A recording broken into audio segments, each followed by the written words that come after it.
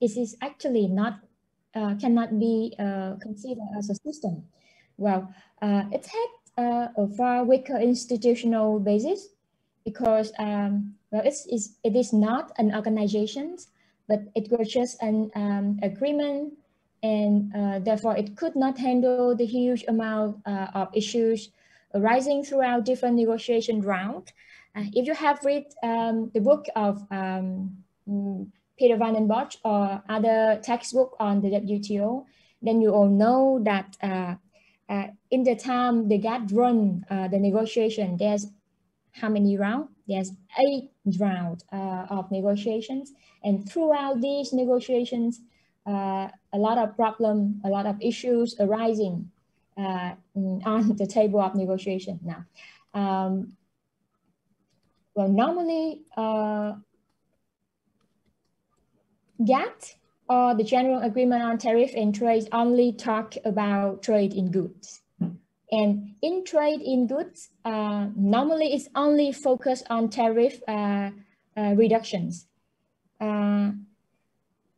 Well, in the time they got run the negotiations, why we see that there are different forms of trade have appeared, and it's they are all well developed, like intellectual property, services, insurance, finance, and so because GATT only it's only cover tariff, and so it's other negotiating parties or contracting party, they are facing with difficulties of solving or facing with non-tariff measures applied by different or other contracting parties.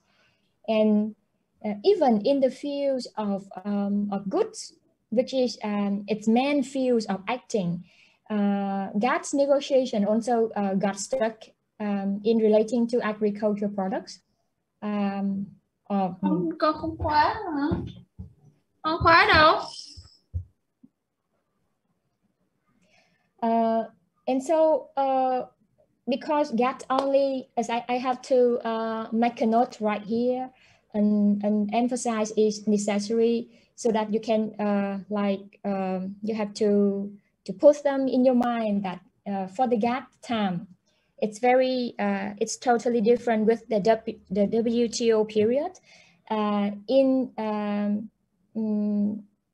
the focus or the core or the target of the system, GATT only focus on trade in goods, and it's only focused on tariff reducing. But for the times of WTO, this thing or this problem have to be solved. It's changed, and so by the next slide, you're gonna figure out what gonna be fixing in the times of the WTO. Now next, the third problem of the GATT system is the dispute settlement procedures. Well, as you have the idea that dispute settlements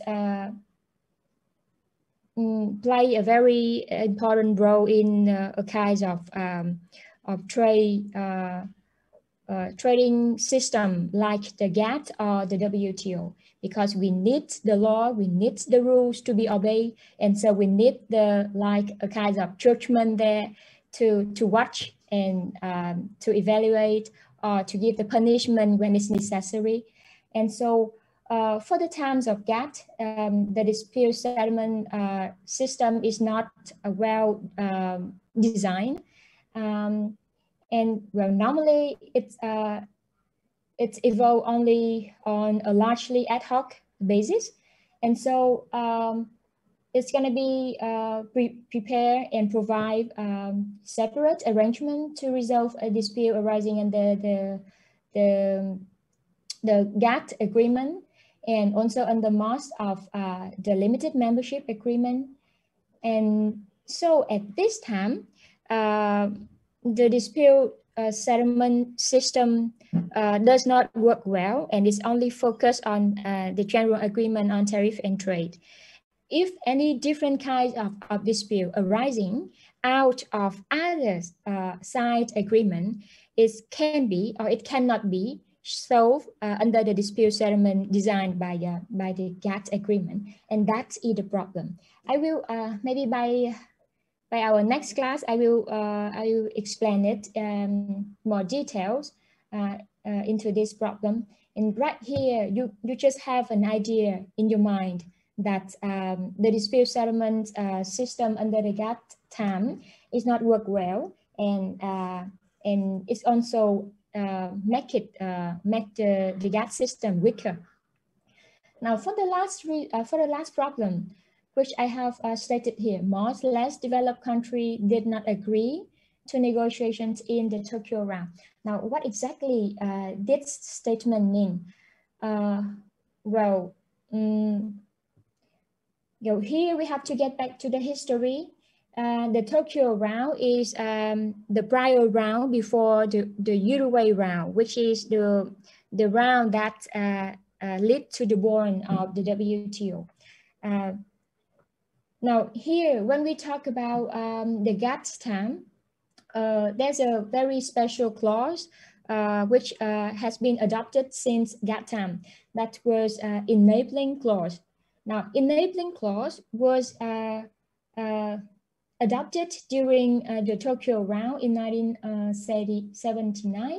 And well, this decision, which is titled differential and more favorable treatment, reciprocity, and fuller participation of developing country. Now, in short, it is a clause which helped to support the developing country joining into the system. And this is the first document which mentioned the less developed countries in a legal instrument under the GATT period. And well, this enabling clause, it creates an important basis of like a kind of special and differential treatment for developing country in the GATT system. All right, now here, when we talk about enabling clause,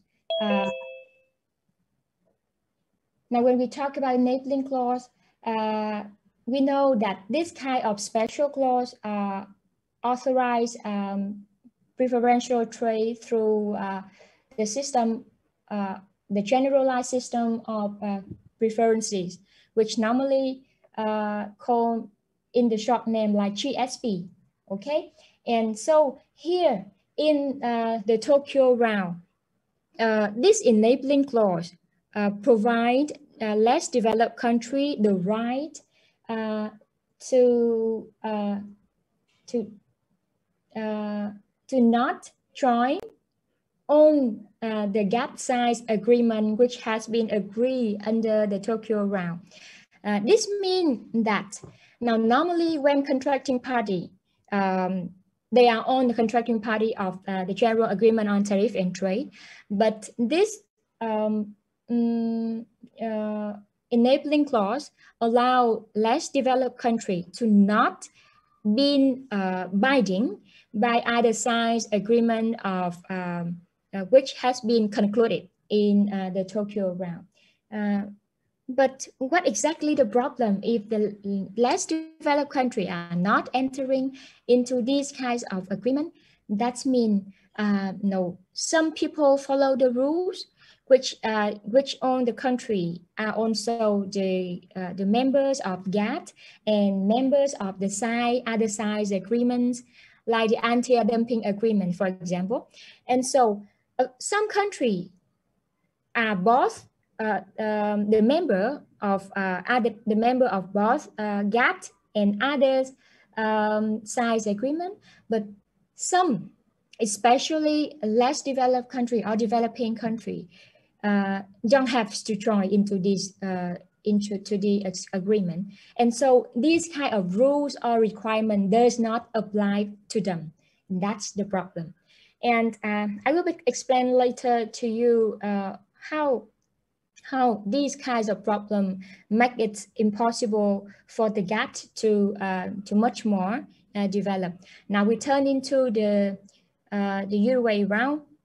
which has been held since 1986 to 1994.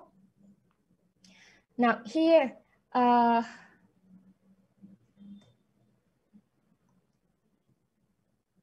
as you can see on this slide, so the Uruguay round is the last round which was managed by the GATT, and it was completed on 1993 after about 7 years of negotiations.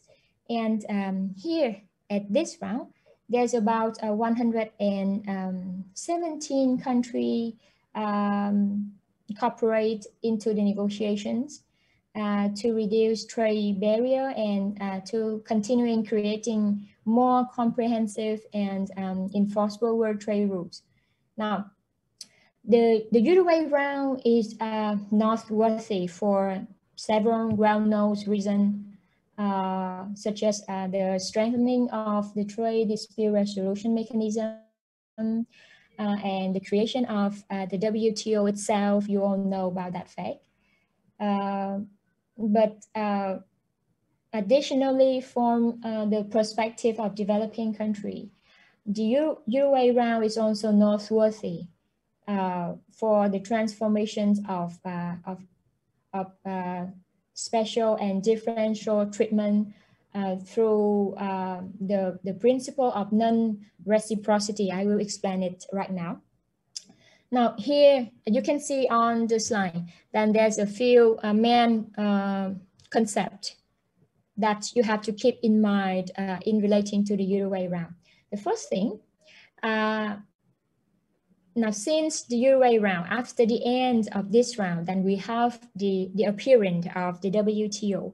And the WTO right now, in compare with GATT, it is an organization which is designed and well supported with specific mechanism, sufficient bodies, committees, all of these new well-designed equipment and bodies to support the organization's functions. And about the scope of the WTO, whereas the old GATT deal only with trade in goods, the Uruguay round led also to agreements on trade in services and trade related intellectual properties matters, and also other sensitive area, especially non-tariff barriers. And so the WTO makes a very vital change, vital movement in the negotiation in compared with the GATT time.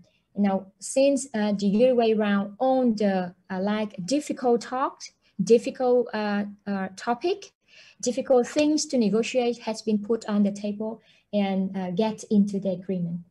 And so you have to be very familiar with the word single undertaking. Now, the single undertaking concept play also an important role, a vital role in the system, because since the applications of this concept, then it's forced on the nations inside the system. Now, whether they are a well-developed country or developing country or a less developed country, we don't care about the level of development of the economy. People or nations get into this game have to obey the rule, have to follow the rule, whatever the conditions of your economy are or worse at that time. And so this single undertaking concept was introduced at the very last minute of the Uruguay round, and it was, of course, suggested by the developed country. And under this approach, normally government whatever type of government. All governments have to decide between accepting everything suggested in this round, or they have to decide to leaving the general agreement on tariff and trade. And so this new approach has completely restructured the developed and developing country bargains at that time. And so with these kinds of suggestions, it proposed the developing country to pay for all the price of concessions simply by agreeing not to destroy the market access they already have. And so, you know, just in the Tokyo round, the developing country have the right to decide that should they enter into other rules besides GATT. But right now, since the Uruguay, they have no more that such kinds of right. And so they have to accept all kinds of agreements suggested and has been run through the system. And that is called under the names of single undertaking. Now,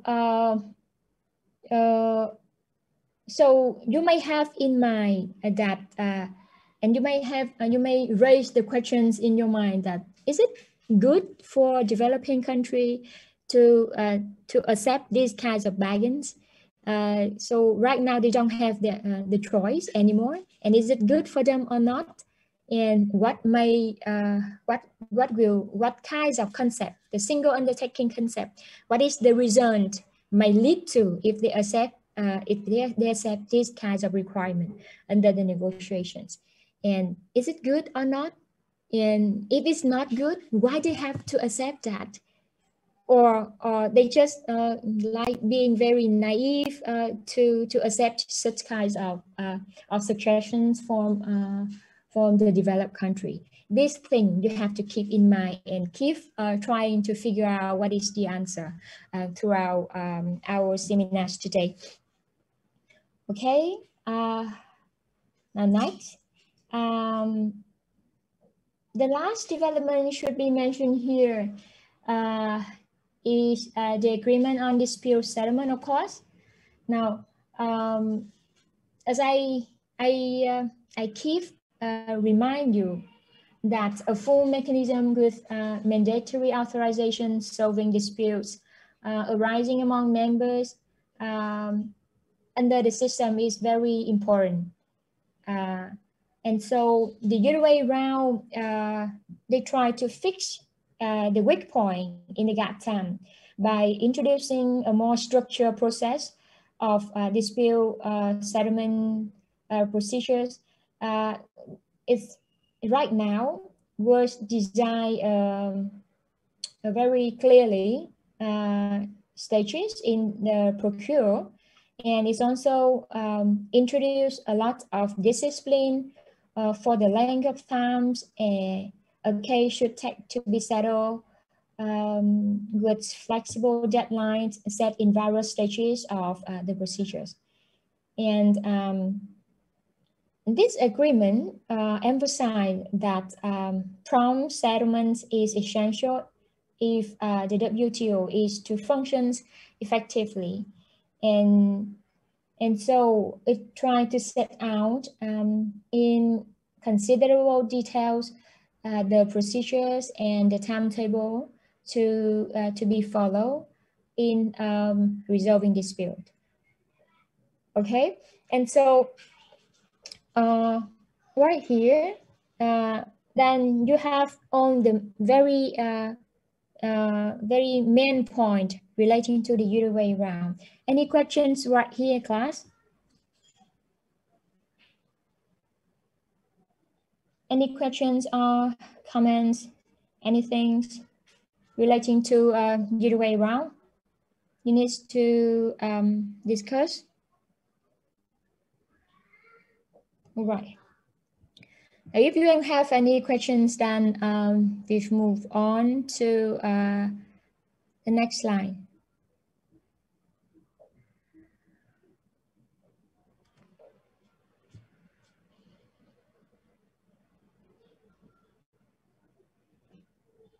Now, you all have the idea that after the UA round, then the WTO gonna continue the work left by the General Agreements on Tariff and Trade.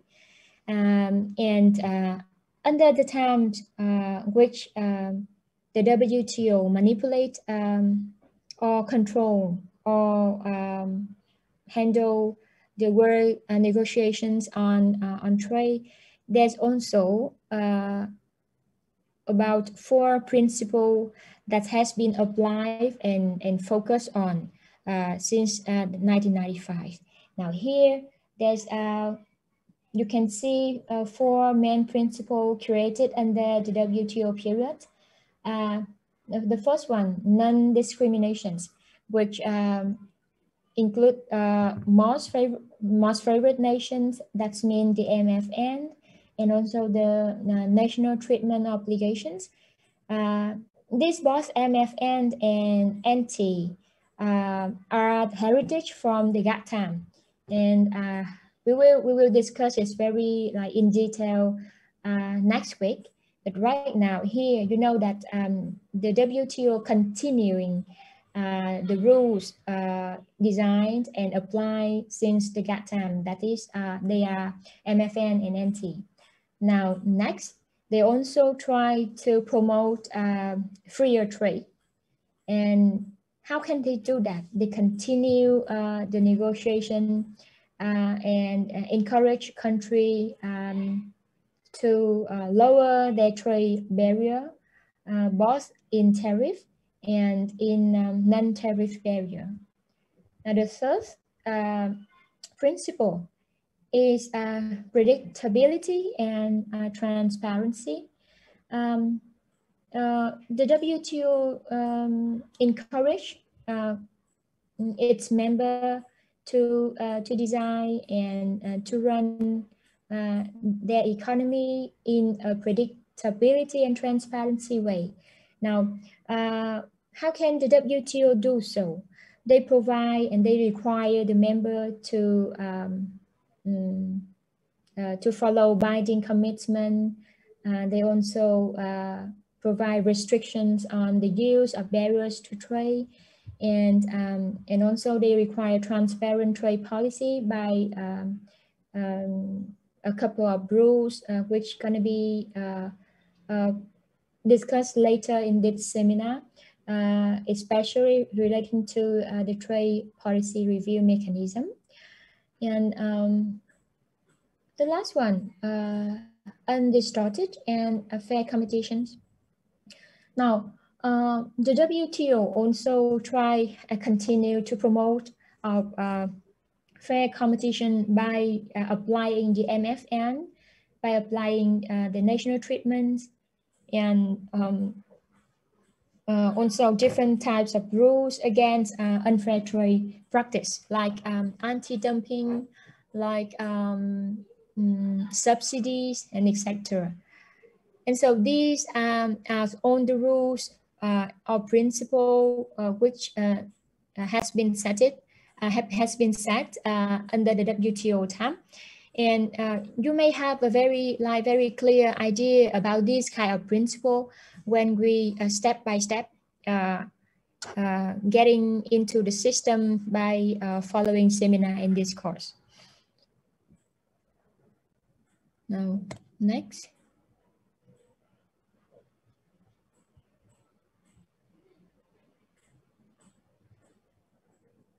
Now we talk about the structure of the organizations. Now here, I think you must spend few minutes scanning through this structure on the slide, and then I will provide details, explanations about different kinds of bodies. in the WTO. Now also you have to prepare with you on your hands the agreement establishing the World Trade Organizations. That means the Marrakesh Agreement, because the structure of the WTO has been mentioned in Article 4 of this agreement. And so you have to prepare with you right now, Article 4, in order to read it with this kind of structure.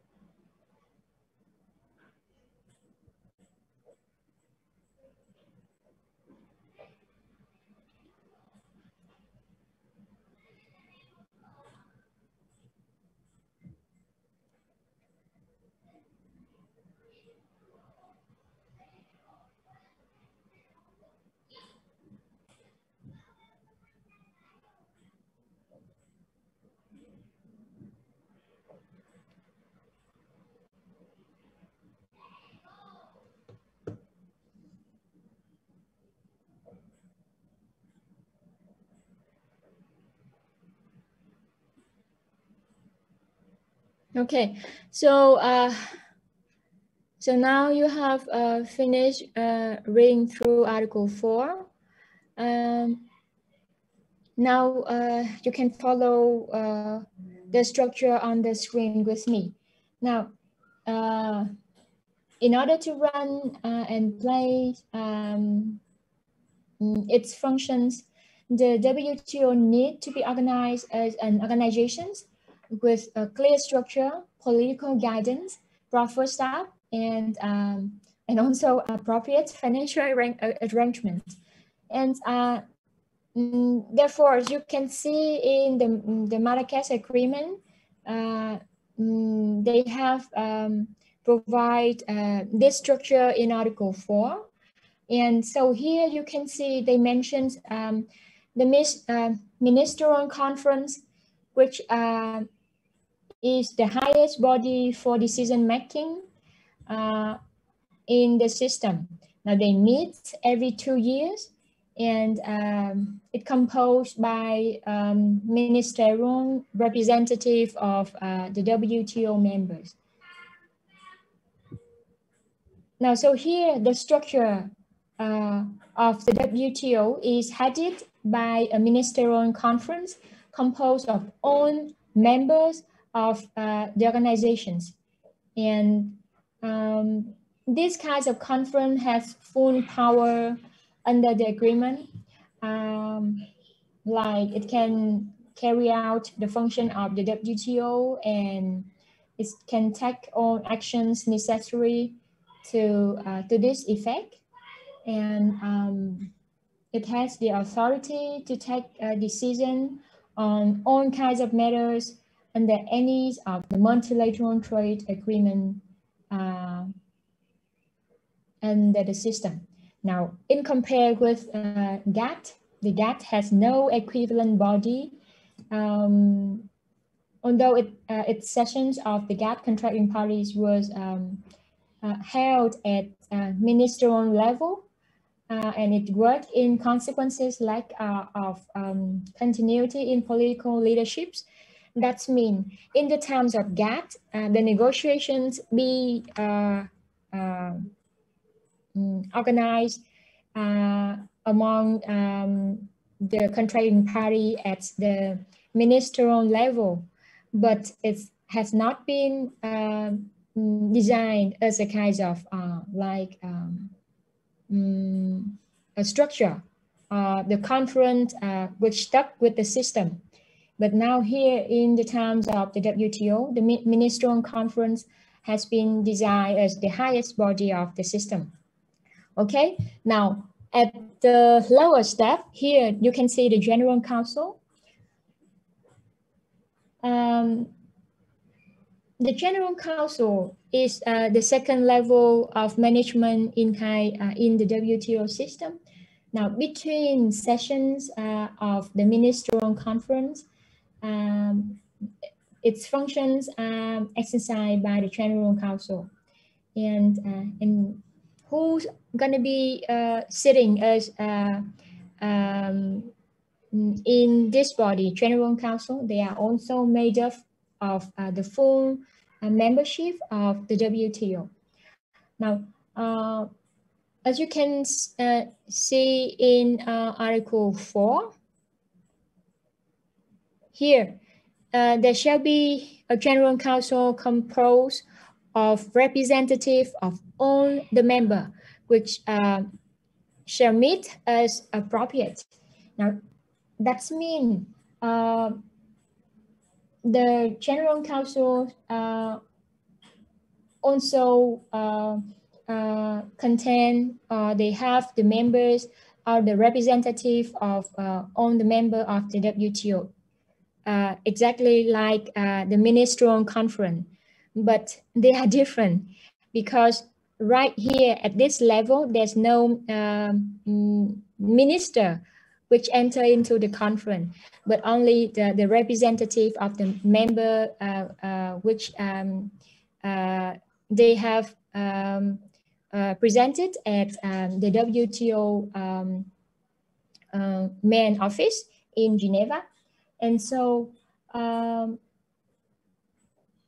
normally the General Council gonna solve all the functions which left by the Ministerial Conference, but at the same time, it's also play, or the General Council also meets as the dispute settlement body and the trade policy review body, as you can see on the left and on the right side of General Council. And so General Council acting as General Council, but it's also acting as the dispute settlement body, and it's also work as trade policy review body. How can they manage such kind of complicated organizations? Well, this structure have like the traditions from the times of GATT, which now you can see here that the WTO have structured its organizations by the decision of all members. Now at the Ministerial Conference, they have own representative of all the WTO members.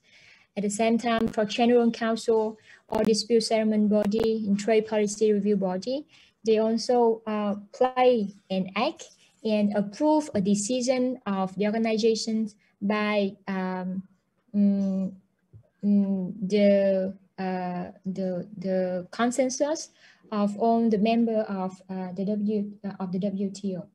And now here, now let me talk a little bit about the dispute settlement body and trade policy review body. Well,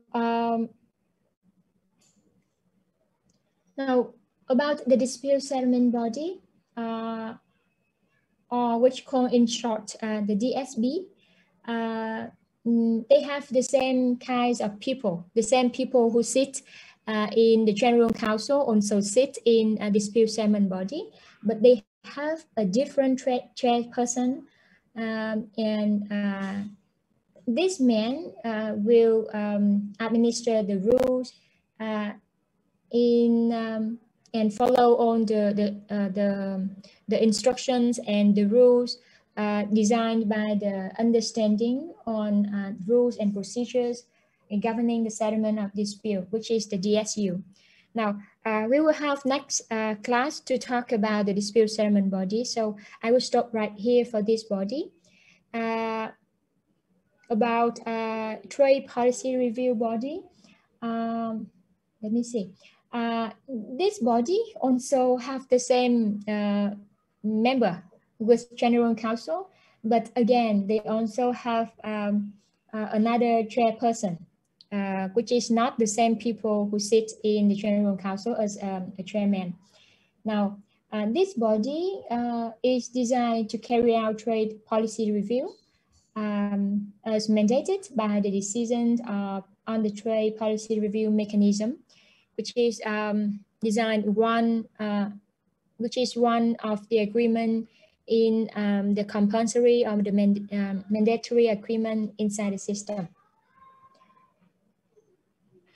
All right, so this is the second level. At the lower level, the WTO also prepare some councils, which can be described as subsidiary bodies to the General Council. Now here you can see that 3 councils, the councils for trade in goods, trade in services, and TRIPS, which report to and which gonna assist the General Counsel. And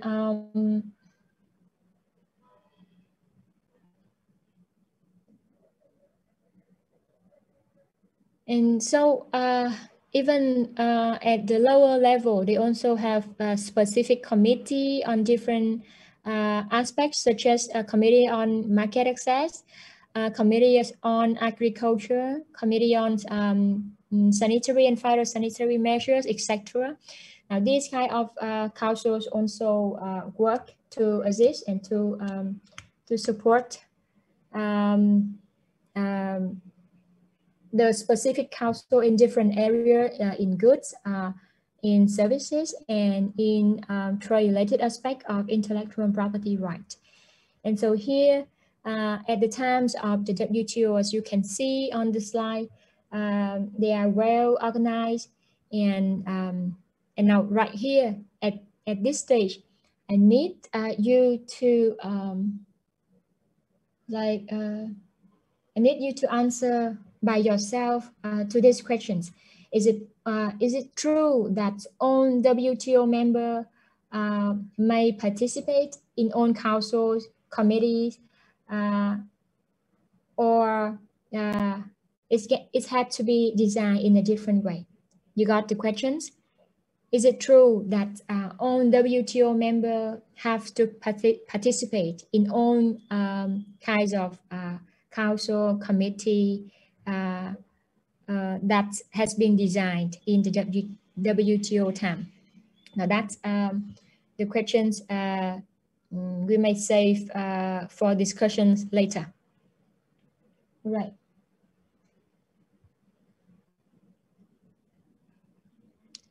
Now here, before the break, I think we may spend a little time to talk about decision making inside the system. Now, for decision making in the WTO, you need to follow Article 9 and 10 of the Marrakesh Agreement. Okay, I'm gonna give a very brief instructions, and then you come back to Article 9 and 10, and then we're going back for discussions and explanations for this thing, because it's also a very important things to learn or to know about the system. Now here, generally, the WTO is a member-driven, consensus-based organizations. Now, when we talk about the WTO, we talk about consensus, and so Article 9 of the Marrakesh Agreement, you may spend time to read it later. It is an important provision of the WTO And it states that except as otherwise provided, the WTO is to be guided by the decision, procedures, and customary practice follow under the OGATT. That means the consensus is the product since the times of GATT, and now they continue to apply these kinds of traditions. And as I have mentioned before, when we talk about the GATT or the WTO, we have to always keep in our mind that consensus is going to be the like at the core of the system. Any kinds of decision have to obey or have to follow or have has been approved by applying consensus. Okay. Now here, in Article 9 of Marrakesh Agreement, you can also see that they also mentions majority voting. And so here on the slide, I highlight that majority voting in theory may be applied. Okay, it may be applied. And as far as formal vote, each WTO has one vote. Okay, and the general rules is that decision of the Ministerial Council or the General Council shall be by a majority of the vote cast. Okay.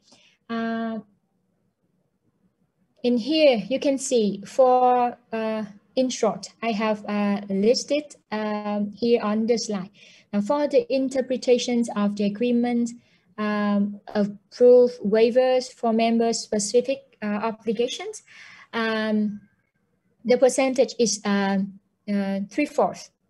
Okay, but for decision on supplement amendments to the agreement or acceptance of new member, they're going to apply the percentage of 2/3. Okay, but there are special cases that they don't apply majority voting, but they apply the unanimity. Now, the unanimity rules has been mentioned in Article 10, in Article 10 of the Marrakesh Agreement. And so I think right now we're gonna stop right here for you to jump into the agreement, reading through, scanning and skimming through Article 9 and 10. And after that, we come back with further explanations and discussion. Is it all clear, class?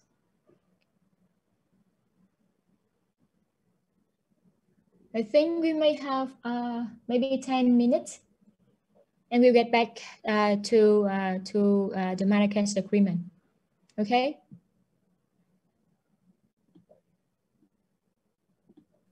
Okay, teacher. All right.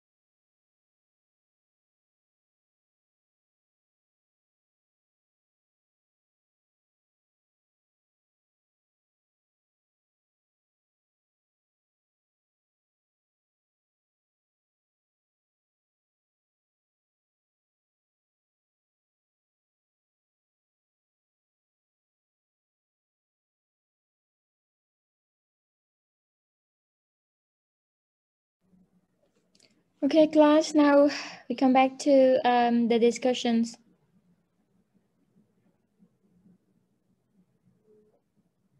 Are you with me? Yes, teacher. All right.